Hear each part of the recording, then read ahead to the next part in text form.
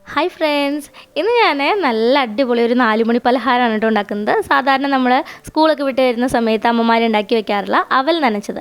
അപ്പോൾ അതിനായിട്ട് ഞാനിവിടെ 2 കപ്പ് അവൽ എടുത്തിട്ടുണ്ട്. നൈസായിട്ടുള്ള വെള്ളവലാണ് കേട്ടോ എടുത്തിട്ടുള്ളത്. പിന്നെ അതിലേക്ക് ഒരു 3/4 കപ്പോളം നാളികേരം ചിരകിയതും 1/2 ടീസ്പൂൺ ഏലക്ക പൊടിച്ചതും ചേർത്ത് കൊടുത്തിട്ട് കൈ വെച്ചിട്ടൊന്ന് തിരുമ്മിയെടുക്കുന്നുണ്ട്. അങ്ങനെ ചെറുതായി ഒന്ന് തിരുമ്മിയെടുത്തതിന് ശേഷം അതിലേക്ക് 1/4 കപ്പ് ശർക്കര പൊടിച്ചതാണ് ചേർത്ത് കൊടുക്കുന്നത്. പിന്നെ ശർക്കരയുടെ അളവൊക്കെ നിങ്ങൾക്ക് ഇഷ്ടമുള്ള ഓരോരുത്തരുടെ ഇഷ്ടത്തിനനുസരിച്ച് കൂട്ടിയും കുറച്ചെടുക്കാം. ഇത് ഇപ്പോൾ എനിക്ക് അത്യാവശ്യം നല്ല മധുരം തോന്നിയായിരുന്നു, അതുകൊണ്ട് ഞാൻ 1/4 കപ്പ് എടുത്തിട്ടുള്ളൂ.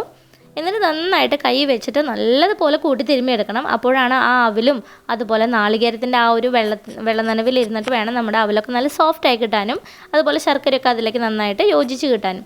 അപ്പോൾ നന്നായിട്ട് കൈ വെച്ചിങ്ങനെ തിരുമ്മിയെടുക്കുക. അപ്പോൾ ഇത്രയേ ഉള്ളൂ നമ്മുടെ ഈ ഒരു 4 മണി പലഹാരം എന്ന് പറയുന്നത്.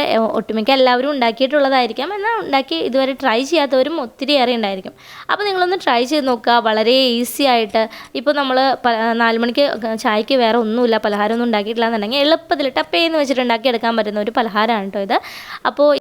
അപ്പോൾ ഒരു നൊസ്റ്റാൾജിക് പലഹാരം കൂടിയാണിത്. ഇത് നമുക്ക് കട്ടൻ ചായയുടെ കൂടെയും നല്ല ചൂട് കട്ടൻ ചായയുടെ കൂടെയും അതുപോലെ ഈ ഒരു അവൽ നനച്ചതിൻ്റെ കൂടെ പഴം ചേർത്തിട്ടും കഴിക്കാൻ നല്ല ടേസ്റ്റാണ്.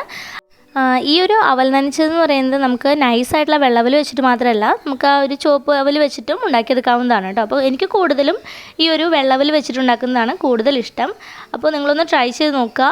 പഴം കൂട്ടിയിട്ടോ കട്ടൻ ചായയുടെ കൂടെയോ എങ്ങനെയാണെങ്കിൽ നമുക്കിത് കഴിക്കാം. അപ്പോൾ ട്രൈ ചെയ്യാത്തവർ ട്രൈ ചെയ്ത് നോക്കുക. ട്രൈ ചെയ്തിട്ടുള്ളവരാണെന്നുണ്ടെങ്കിൽ നിങ്ങളുടെ പഴയ കാലങ്ങളൊക്കെ ഒന്ന് ഓർത്ത് അയവിറക്കുക. അപ്പോൾ നിങ്ങൾക്ക് വീഡിയോ ഇഷ്ടമാകുകയാണെന്നുണ്ടെങ്കിൽ ലൈക്ക് ചെയ്യാനും ഷെയർ ചെയ്യാനും കമൻറ്റ് ചെയ്യാനും മറക്കരുത് കേട്ടോ. Thanks for watching.